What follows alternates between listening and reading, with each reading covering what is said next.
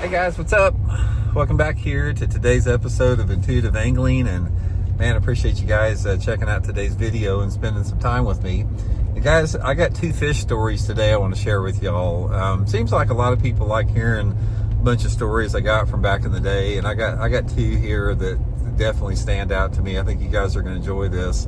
We're going to be talking about some things that really surprised me, two different situations, so I'm going to share that with you guys in today's episode. Also, guys, before we get started, quick reminder, anybody interested in booking an on-the-water lesson with me, man, just go to my Facebook page, Randy Blaukat Professional Angler. You can shoot me a private message for details. Getting all the jerkbait lessons lined out right now on Table Rock and Stockton Lake, so if you're interested, shoot me up there. And also, guys, just a quick invitation also to please check out that big Black Friday sale that's going on at Tackle Warehouse now.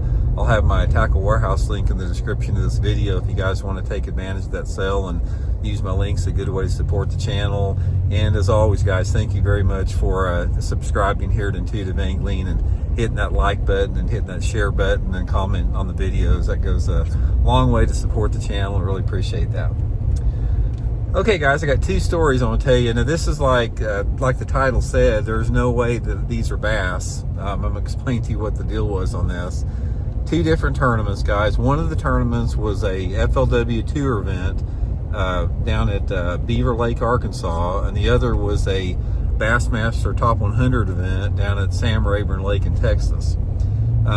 These are two fish that stood out in my mind like pretty much none other that I've ever caught, so I want to get into that. First of all, let's talk about the Sam Rayburn fish there. This tournament was, man, it was probably, God, this has probably been 20 years ago, maybe 25, oh, probably 25 years ago now, about 25 years ago at Sam Rayburn. Can't remember the exact year, but we were down there. It was the springtime of the year, pre-spawn. The water was up in the willow trees, probably about, high in the willows. I'm talking it was like 8 or 10 feet into the flooded bushes. Lake was way up. And most of the guys were catching them, fishing over the hydrilla and milfoil, but I got onto a flipping bite there. I was flipping a big half-ounce black and blue jig with a black and blue #1 Uncle Josh pork frog on it, 30-pound test line, 30-pound test mono back then, with my flipping stick. Old school as you can get. That was the way I like to fish, and I was flipping willow trees. This was the first day of the tournament, and I've been catching them 2 or 3 here and there, and I happened to come up on this one tree. It was like it wasn't a willow tree, it was like a big mesquite tree or something in the water, some type of tree that's just unique down there to Sam Rayburn Lake in Texas, but a super gnarly tree. I'm talking about thick gnarly, and this thing was, it had about 8 or 10 foot of water on it. It was flooded out. So anyway, I pitched my jig in the middle of this tree up there, the big half-ounce jig with the 30-pound line, let it go to the bottom, pumped it up a couple times, one thumped it, and I set the hook. And guys, when I set the hook on this fish, and I keep my drags pretty tight on my bait casters when I'm flipping, so I had it pretty locked down pretty tight on 30-pound line, and where you had to pull it pretty hard to get the line to actually, slip the drag. I set the hook on this fish, guys, and as soon as I set the hook on the fish, this fish started running out the bottom of that tree, and it was stripping drag out. Unbelievable. I mean, it probably went out there, I'm gonna guess 75 feet away from the tree. Sorry about the bouncy road here. And it just kept going, and it was stripping drag. It was stripping drag so hard I couldn't even, I didn't even have time to loosen the drag or press my thumb bar to release the tension. I had my drag so tight, and this fish was pulling so hard that I thought it was going to break my line, even with 30-pound line. And I told my co-angler with me, I said, this is a big flathead catfish. There's no way this is a bass. I mean, this has to be like a 40-pound flathead or something like that. I just knew it. I had no doubt in my mind. So anyway, the fish finally stopped out there, and I'm talking, my line is still down in the tree, and my line is out in the middle of the lake like 75 feet away, but my line is still down at the base of the tree because the fish went out the base of the tree when I flipped in there. So it's not like I've got a straight line to this fish. I'm actually vertical into the bush and I can see my line way out there. So anyway, I start working the fish back in, and I remembered a comment that I can't even remember who it was. It was what a veteran pro told me. It's like, he said, Randy, he goes, whenever you hook a big fish, it doesn't matter what you think the fish is, you always fight it like it's a bass. Don't ever think it's something else.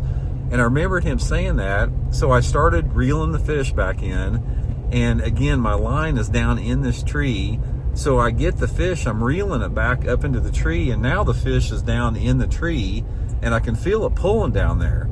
So, and I'm trying to work it up through the tree, and it's coming and coming and coming, and it gets stuck, and I can tell that it's not very far down there. The water visibility is probably about 2 feet, maybe 1.5 feet or so.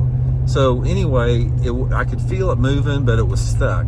So I reached my hand down there, I leaned over the boat, I got my, arms up to my neck in there, felt the line down, and I felt the fish, and I felt a mouth. So I grabbed the mouth, I didn't know it was a catfish or whatever, and I pulled it out, and it was a 9.5 pound bass, guys. 9.5 pounds. The meanest bass I have ever caught in my life. I got that fish in the boat. I said, I can't believe, number one, it's a bass, and I can't believe, number two, I got this fish in the boat. But I got that fish in the boat and wound up having, God, I don't know, 23, 24 pounds or something a day. I only had 4 fish. I had that 9.5 pounder, and I had another one about 6.5, and 2 other keepers, and still had 23 or 24 pounds. I just could not get my fish on the boat. Okay, that was the first one. The second one, we were down at Beaver Lake in Arkansas. This was an FLW tour event, and I'd made the top 10 in the tournament. So this was the top 10 day, and the camera boat was on me all day long, and I was doing good. I was like close to the lead in the tournament. We had about an hour left to fish, and anyway, I was fishing a megabass jerkbait, and I was working down this bank, and I threw to the bank. It was a pretty flat bank, and I threw to this flat bank, and I was almost to the point, but it wasn't quite to the point. But I threw up, and this was a March tournament. You got to understand the water temperature was probably 50 degrees. It was pretty cold. So I threw up to the bank and started jerking my jerkbait down, and I didn't realize how shallow it was. And as soon as I jerked it down 2 or 3 times, the jerkbait hit the bottom. The water was only like 1.5 feet deep. So I'm jerking it like that to try to get it unhung from the bottom, and all of a sudden I got a fish on. But the water is like 1.5 feet deep, and it's 50 degrees on this flat gravel, nothing looking bank. And this fish starts smoking out to the middle of the lake. I'm talking, I was back reeling, and it's like 75 yards out there. I can't turn the fish. It's just like I've got 6 pound test line. I've got light line, 6 pound test on a spinning rod with this thing, because that's how I fish my jerk baits. So I'm back reeling. I can't do anything with this fish. And I told the camera boat, I said, I snagged a big carp. I said, I've got a big carp or a big buffalo or something here, because number one, it's like I didn't expect to catch anything in 1.5 feet of water, in that cold of water, and I thought it was just a big carp or buffalo up there that I'd snagged in the tail or something like that. So anyway, I got that fish is way out there, and I remembered the same thing as what I remembered before. Fight it like it's a bass. So I fought this fish, and I'm talking it's forever. And the camera boat's on me the whole time. And we're into this now. I'm talking about this has been going on for 5 minutes, because I can't do anything with this fish. And I'm convinced it's like a 20 pound carp on, with a 6 pound line. So finally I work it closer, and I'm getting to the boat, and the camera guy's like, would you hurry up? This has been going on forever. I'm talking 5 minutes or more, maybe 10 minutes, forever. And I get it in there, I start getting it closer to the boat, and the water visibility is, probably 2.5 feet. And the fish comes close to the surface, and I go, I just think I saw a lateral line. And it's like, I pulled it up again, and it's a freaking giant bass. I get it up there, guys, and it's a 7 pounder. Well, it weighed 685 when I got it in. Basically a 7 pounder that I had snagged in the belly, and it had one barb in its belly, which is a legal catch because it wasn't a sight fish. So that's why that fish was so powerful, that it had one barb, and it was just hooked in the belly. I got the fish in, wind up finishing, I think, third or fourth in the tournament. But both of those guys, I said to myself, there's no way these are bass.